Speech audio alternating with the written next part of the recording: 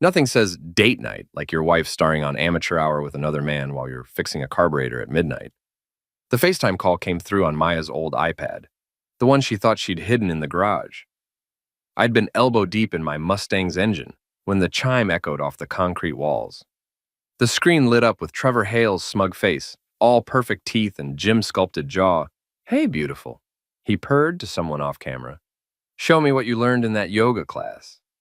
That's when Maya stepped into frame, wearing nothing but the diamond necklace I'd bought her for our 15th anniversary. The same necklace she'd claimed was too flashy when I'd given it to her last month. I wiped my greasy hands on a rag and hit the screen record button. Evidence is the new currency in modern marriage, and I was about to get rich. "God, Trevor, what if Jason sees this?"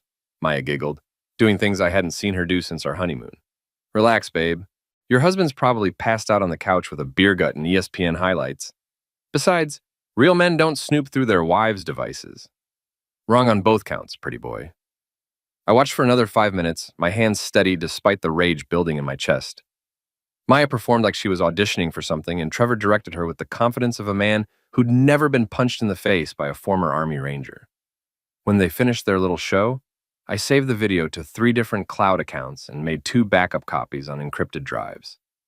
Then I walked back to my Mustang and continued working on the engine, whistling softly. Tomorrow was going to be interesting. Maya came home at 2 a.m., claiming she'd been at Clara's house, discussing girl stuff. Clara Reyes, her best friend and former employee of mine, until I'd fired her for embezzling petty cash 3 years ago. Funny how that detail suddenly seemed relevant. I pretended to be asleep when Maya slipped into bed, reeking of cheap cologne and guilt. She'd showered somewhere else, but she couldn't wash off the scent of betrayal. The next morning, I made coffee and pancakes like nothing had happened. Maya sat at our kitchen table, scrolling through her phone with the same fingers that had been all over Trevor 12 hours earlier. "Sleep well?" I asked, setting down her favorite mug.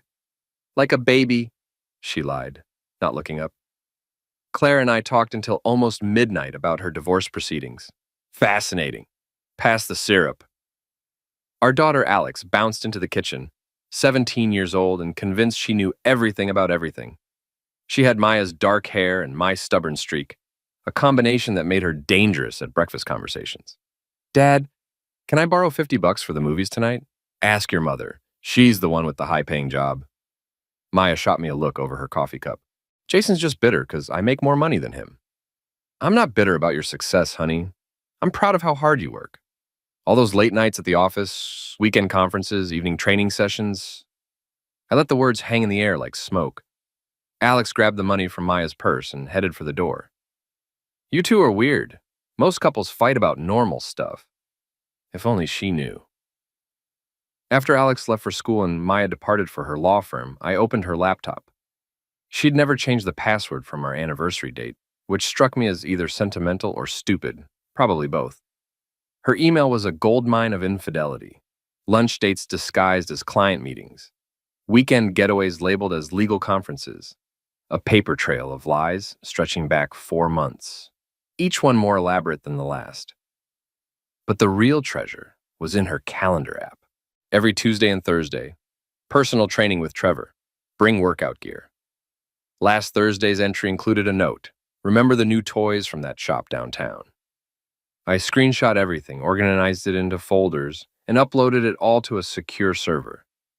Then I did something that would have made my old Army intelligence buddies proud. I installed a keylogger on her laptop and cloned her phone to mine. Knowledge is power, and I was about to become very powerful indeed.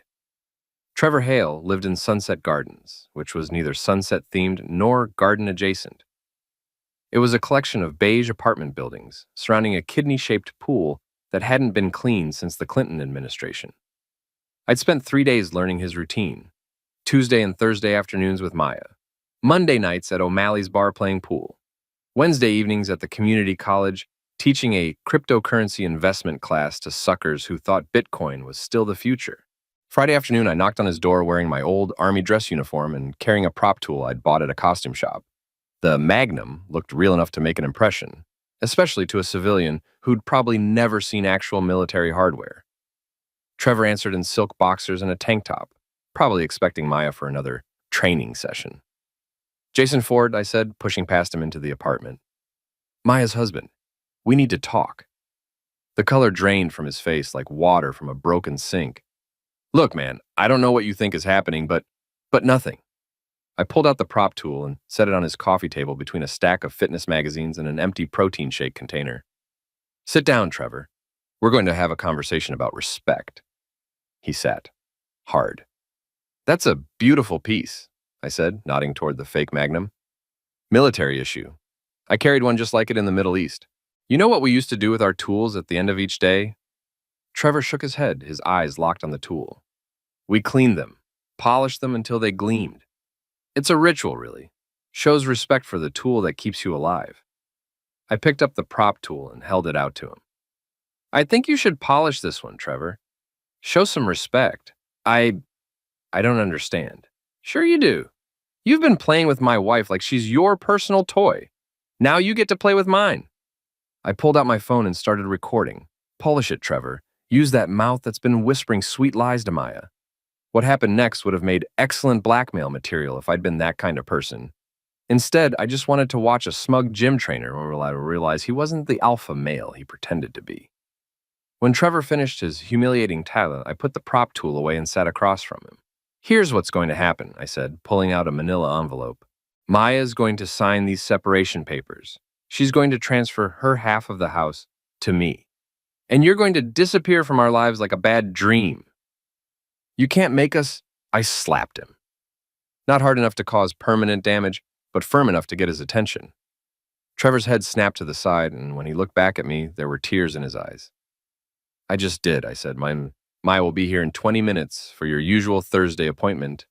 When she arrives, you're going to show her this video of you polishing my tool, and then you're both going to sign these papers. Understood? Trevor nodded, holding his cheek. Good boy. Maya arrived exactly on schedule, carrying a gym bag that definitely didn't contain workout clothes. She found Trevor sitting on his couch, staring at his phone like it contained the secrets of the universe. What's wrong, baby? She asked when setting down her bag. You look like you've seen a ghost. Your husband was here? Trevor mumbled. Maya's face went through several expressions in rapid succession. Confusion, fear, anger, and finally calculation. She was a divorce attorney, after all. Damage control was her specialty. What did he want? Trevor showed her the video on his phone. Maya watched her lover debase himself with my prop tool, and I could see her legal mind working through the implications. This is extortion, she said finally. We can have him arrested. With what evidence? He never threatened me directly, never claimed the tool was real, never asked for money. Trevor's voice was hollow. I looked it up online. It's a perfect replica, but it's just a toy. Maya sank onto the couch beside him. So what does he want? For you to sign separation papers, and for me to disappear. I chose that moment to step out of Trevor's bedroom, where I'd been waiting with a digital recorder and a backup camera. Hello, darling, I said to Maya. Don't you look lovely today? Maya jumped like she'd been electrocuted. Jason, what are you doing here? Collecting evidence for our divorce proceedings. You know how thorough I can be when I put my mind to something. I gestured around Trevor's apartment, taking in the scattered clothes and the bottle of wine on the counter. This is quite the love nest you two have built. You can't just break into someone's home. I didn't break in. Trevor invited me. Didn't you, Trevor? Trevor nodded miserably. See? All perfectly legal. Now, about those papers. Maya tried to negotiate, of course, offered me a counter-settlement, threatened legal action, even attempted to seduce me with promises of counseling and renewed commitment. But I'd moved beyond the bargaining stage of grief and landed squarely in acceptance. She signed the papers.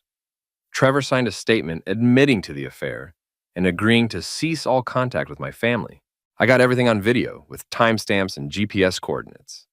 Then I sent copies to Maya's law firm partners, her parents, and Alex's school principal with a note explaining that there might be some family disruption in the coming weeks. By sunset, Maya's phone was ringing constantly. By midnight, her career was effectively over. Small towns are like ant colonies. Disturb one part, and the whole structure shifts to accommodate the chaos. Maya's public humiliation sent ripples through every social circle we'd inhabited for the past decade. The video of Trevor's tool polishing session went viral on local social media within hours. Someone had leaked it from the law firm, probably one of Maya's rivals, who'd been waiting years for her to stumble. I played the wounded husband perfectly, showing up at O'Malley's bar with a hangdog expression and a carefully crafted story about betrayal and heartbreak. 15 years, I told Big Mike, the bartender who'd been serving our neighborhood since before Alex was born. 15 years, and she throws it away for some muscle-bound pretty boy who probably can't balance his own checkbook. That's rough, Jason. Maya always seemed like she had her head on straight. That's what I thought too. But apparently I was just the stable provider while she shopped around for excitement. I nursed my beer and stared at the television screen showing a baseball game neither of us cared about. The worst part is finding out from a video call. She didn't even have the decency to tell me face to face. Word spread like wildfire. By the weekend, I couldn't buy my own drinks at O'Malley's. Everyone wanted to hear the story directly from the source, and I obliged them with just enough detail to keep them interested without seeming vindictive. Maya, meanwhile, was persona non grata everywhere she'd once been welcome.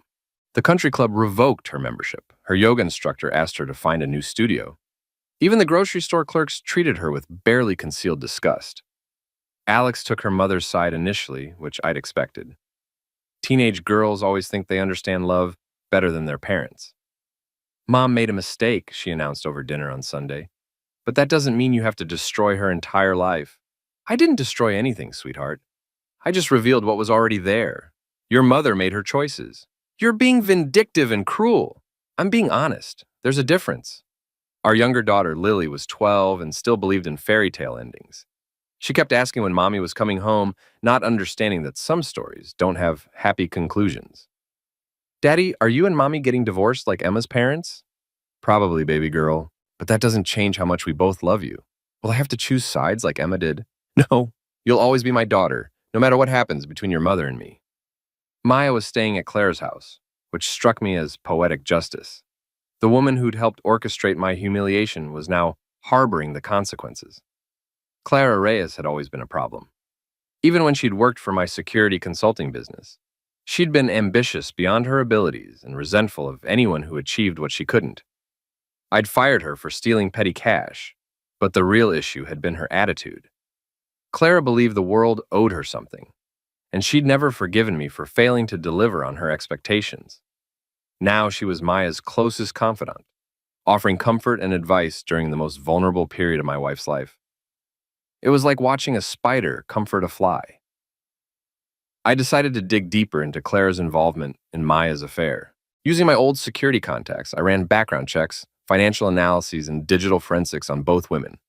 What I found was illuminating. Clara had been feeding Maya advice about extramarital affairs for months, recommending Trevor specifically after meeting him at her gym. She'd helped Maya create fake alibis, provided cover stories for their meetings, and even loaned her money to buy lingerie and toys for their encounters. But the most interesting discovery was Clara's own relationship with Trevor. Bank records showed she'd been paying him for personal training sessions since last summer, months before Maya had even met him. Clara hadn't just enabled my wife's affair, she'd orchestrated it. The question was why? What did Clara gain from destroying my marriage? The answer came from an unexpected source, my old Army buddy, Detective Harlan Walsh, who worked for the local police department. You asked me to run a background check on Clara Reyes, he said over coffee at a diner downtown. Interesting woman. Did you know she filed a lawsuit against you 3 years ago? What? No, she never served me with papers. Because her lawyer advised her to drop it. Wrongful termination, inappropriate conduct, hostile work environment, the whole package. But when her attorney looked at the evidence, he told her she didn't have a case. Inappropriate conduct? I barely spoke to her except about work. That's what her own evidence showed. Emails, text messages, witness statements. Nothing remotely inappropriate. But here's the interesting part. She kept paying the lawyer for months afterward, asking him to find new angles of attack. She wanted revenge. Looks that way. And now she's got it, doesn't she? Your marriage is over, and your reputation is damaged, and your wife is completely dependent on her for emotional support. I sat back in the booth, processing this information.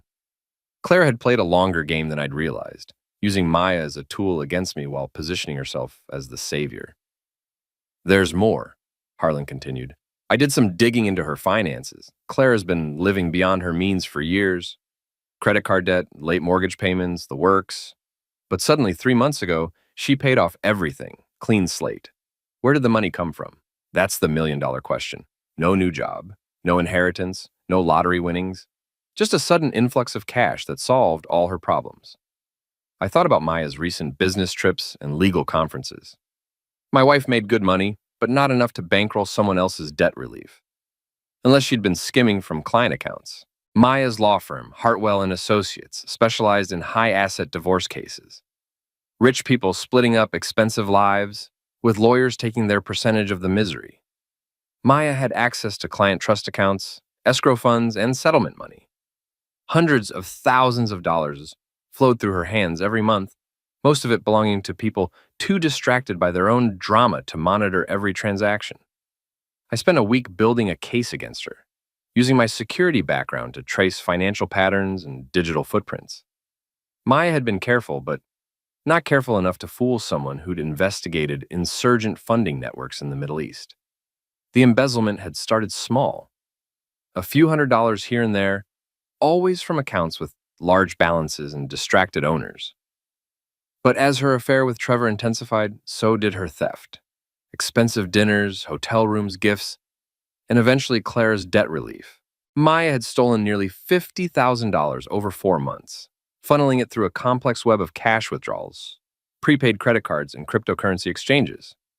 I compiled everything into a comprehensive report, complete with bank records, transaction logs, and photographic evidence.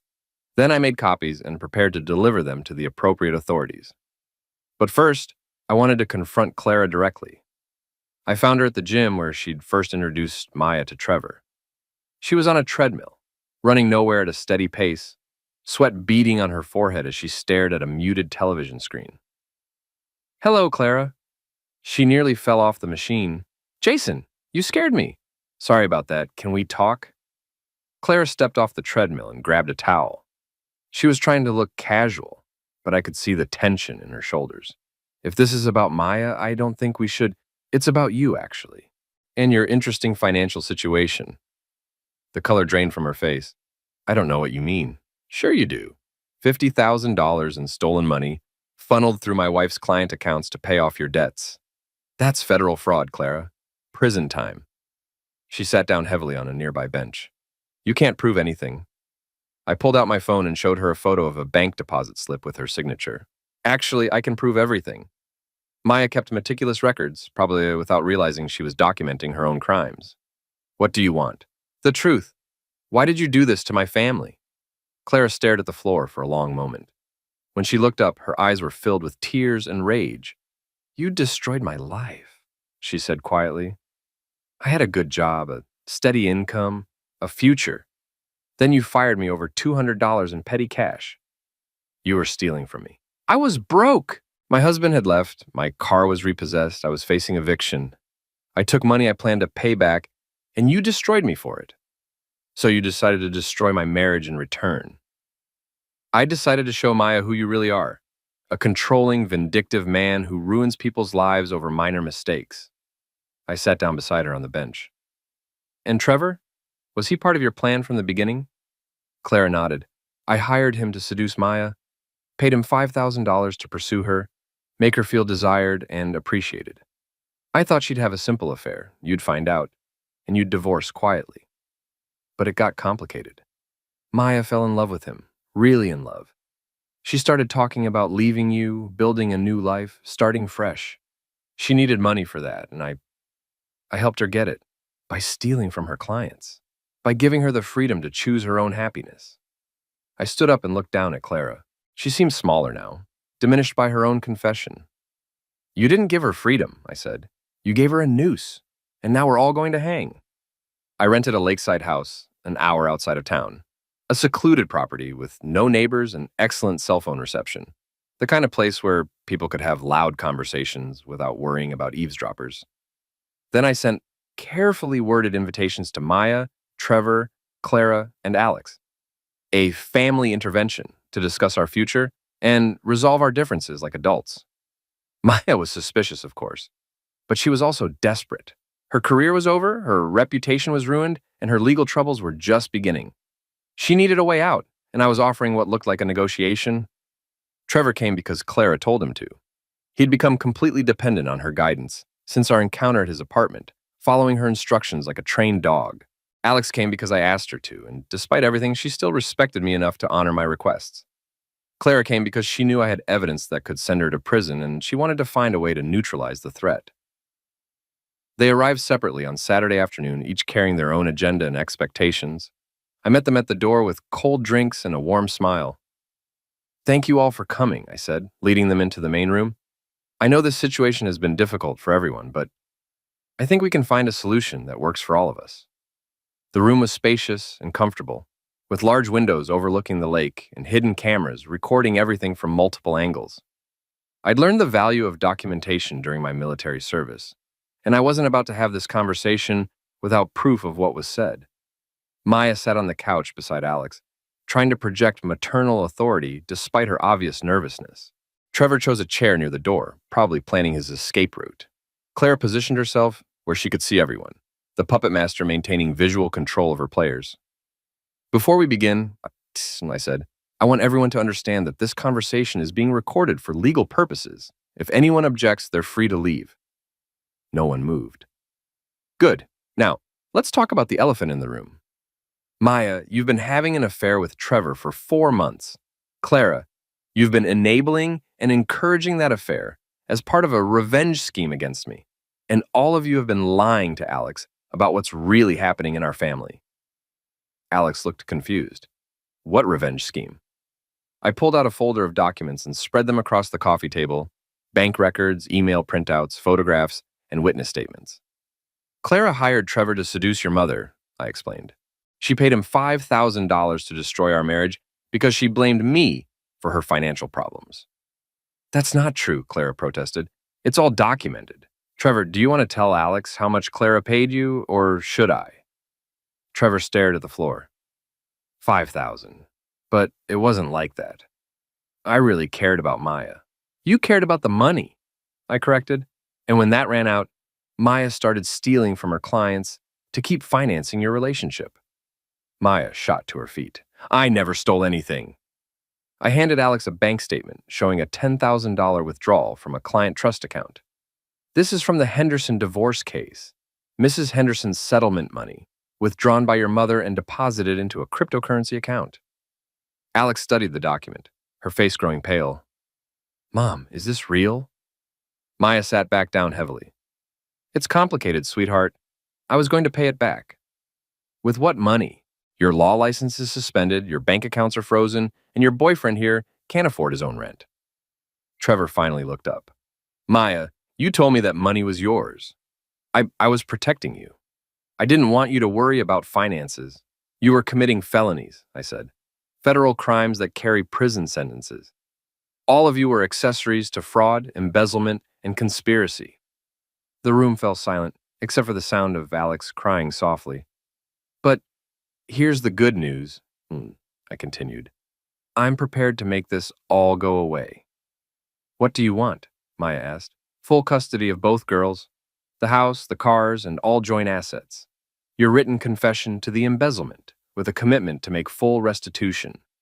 And Trevor and Clara disappear from our lives permanently." "And if we refuse?" I picked up my phone and showed them a draft email addressed to the FBI's Financial Crimes Division. "Then I send this report to federal investigators, along with all the supporting evidence. Maya goes to prison for 5 to 10 years. Clara gets charged as an accessory. Trevor probably walks, but his reputation is destroyed forever." "You're blackmailing us," Clara said. "I'm offering you a choice, prison or exile. Take your pick." Alex wiped her eyes and looked at me with an expression I'd never seen before. "Dad, this is really messed up." "Yes, it is. But I didn't create this mess, sweetheart. I'm just cleaning it up." Trevor stood up suddenly. "I can't do this anymore. Maya, I'm sorry, but I never signed up for federal crimes. I just wanted to make some easy money." "Sit down, Trevor," Clara commanded. "No, I'm done taking orders from you." He turned to me. "What do you want me to sign?" I handed him a pre-written statement admitting to his role in the conspiracy and agreeing to cease all contact with my family. Trevor read it quickly and signed without hesitation. There, he said. I'm out. Maya, I'm sorry it ended this way, but I can't go to prison for you. Maya stared at him in shock. You're abandoning me? I'm saving myself. Just like you've been doing this whole time. Trevor walked toward the door, then stopped and looked back at me. For what it's worth, Jason, your wife never loved me. She was just using me to hurt you. We all were. After he left, the dynamic in the room shifted. Clara had lost her primary ally. Maya had lost her lover, and Alex was seeing her mother's true character for the first time. Mom, Alex said quietly, did you really steal money from your clients? Maya tried to explain, to justify, to minimize, but the evidence was overwhelming, and Alex was smart enough to understand the implications. I was going to pay it back, Maya repeated. It was just temporary. Temporary fraud is still fraud, I said, and $50,000 isn't petty cash. Clara made one last attempt to regain control. Maya, don't listen to him. We can fight this. Hire a good lawyer, claim entrapment, argue that Jason forced you into this situation. With what money? Maya asked. I'm broke, unemployed, and facing federal charges. Jason's offering me a way out. He's offering you exile and poverty. He's offering me freedom, Maya corrected. The chance to start over without going to prison. I pulled out the separation agreement and divorce papers. Everything's already prepared. Sign these and you can walk away from this mess. Refuse and face the consequences. Maya read through the documents carefully, her legal training evident in how she examined each clause and condition.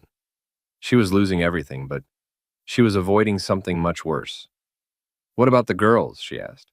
Supervised visitation until you've made full restitution and completed counseling. After that, we'll reassess. And Clara? Clara's problems are her own. She can explain to the FBI why she orchestrated this conspiracy, or she can disappear and hope they never find her. Clara stood up abruptly. This is insane. Maya, you can't let him dictate terms like this. I can and I will, Maya said, signing the papers. I'm tired, Clara. Tired of lying, tired of stealing, tired of pretending this was ever going to end well. Clara stared at her in disbelief. After everything I did for you? Everything you did to me, Maya corrected. You used me to get revenge on Jason, and I was too stupid to see it. Clara looked around the room, realizing she was completely alone. No allies, no leverage, no options. Fine, she said. But this isn't over, Jason. You think you've won, but you've just made enemies for life. I can live with that, I replied. After Clara stormed out, and Maya left to pack her belongings, I sat alone with Alex by the lake. The sun was setting, painting the water in shades of gold and crimson. Are you proud of yourself? Alex asked. I'm satisfied, I said, or there's a difference. You destroyed Mom's entire life. Your mother destroyed her own life. I just documented the process. Alex threw a stone into the water, watching the ripples spread across the surface. What happens now? Now we rebuild. You and Lily and me. We figure out how to be a family again. Without Mom. Your mother made her choices, sweetheart. She chose Trevor over our marriage. She chose theft over honesty. She chose Clara's revenge scheme over our family's stability. I didn't force her to do any of those things. But you forced her to face the consequences. Yes, I did. Because consequences matter. Actions have results, and people need to be held accountable for their decisions. Alex was quiet for a long time, processing everything she'd learned. Finally, she looked at me with eyes that seemed older than her 17 years. Dad, are you the good guy or the bad guy in this story? I considered the question carefully. I'm the guy who got tired of being played for a fool. Whether that makes me good or bad depends on your perspective. And what's your perspective? That I did what I had to do to protect my family and my future. Everything else is just noise. We drove home in comfortable silence, both of us understanding that our relationship had changed forever. Alex had seen her father at his most ruthless, and I had shown her that sometimes the world requires ruthless men to set things right. Over the next few weeks, the consequences of that lakeside confrontation rippled through our small town like aftershocks from an earthquake. Maya moved to another state, taking a job as a paralegal while she worked to pay back the money she'd stolen. She sent letters to Alex and Lily, trying to explain her actions and maintain some connection with her daughters. Trevor disappeared entirely, probably to start fresh somewhere else with a new identity and a new set of lies. I never saw him again, which was exactly what I'd wanted. Claire tried to fight the charges initially, hiring a lawyer and claiming she was innocent of any wrongdoing. But the evidence was overwhelming, and eventually she accepted a plea bargain that sent her to federal prison for 18 months. Alex struggled with the aftermath, torn between loyalty to her mother and respect for the truth. She started seeing a counselor, which helped her process the complex emotions of watching her family implode. Lily adapted more easily, probably because she was younger and more resilient. She missed her mother, but she understood that some people make mistakes that can't be easily forgiven. As for me, I returned to my security consulting business with a reputation for thoroughness and discretion. Word spread about how I'd handled my personal crisis, and clients began seeking me out specifically because they knew I could uncover hidden truths and protect their interests. I never remarried, never even dated seriously. I'd learned that trust, once broken, is nearly impossible to rebuild, and I wasn't interested in taking that risk again. But I was content. My daughters were safe, my finances were secure, and my enemies had been neutralized. I'd played a long game against people who thought they were smarter than me, and I'd won decisively. Sometimes, late at night, I would sit in my garage working on the Mustang and think about that first FaceTime call. The moment when my old life ended and my new one began. The moment when I stopped being a victim and started being something else entirely. Maya had called me vindictive and cruel. Claire had called me controlling and dangerous. Trevor had called me psychotic and obsessed. They were probably right on all counts, but they were also defeated, exiled, and forgotten, while I was home with my daughters, building a future on the ruins of their schemes. In the end, that's all that mattered. Not whether I was the hero or the villain of the story, but whether I was the one left standing when the dust settled. And I was.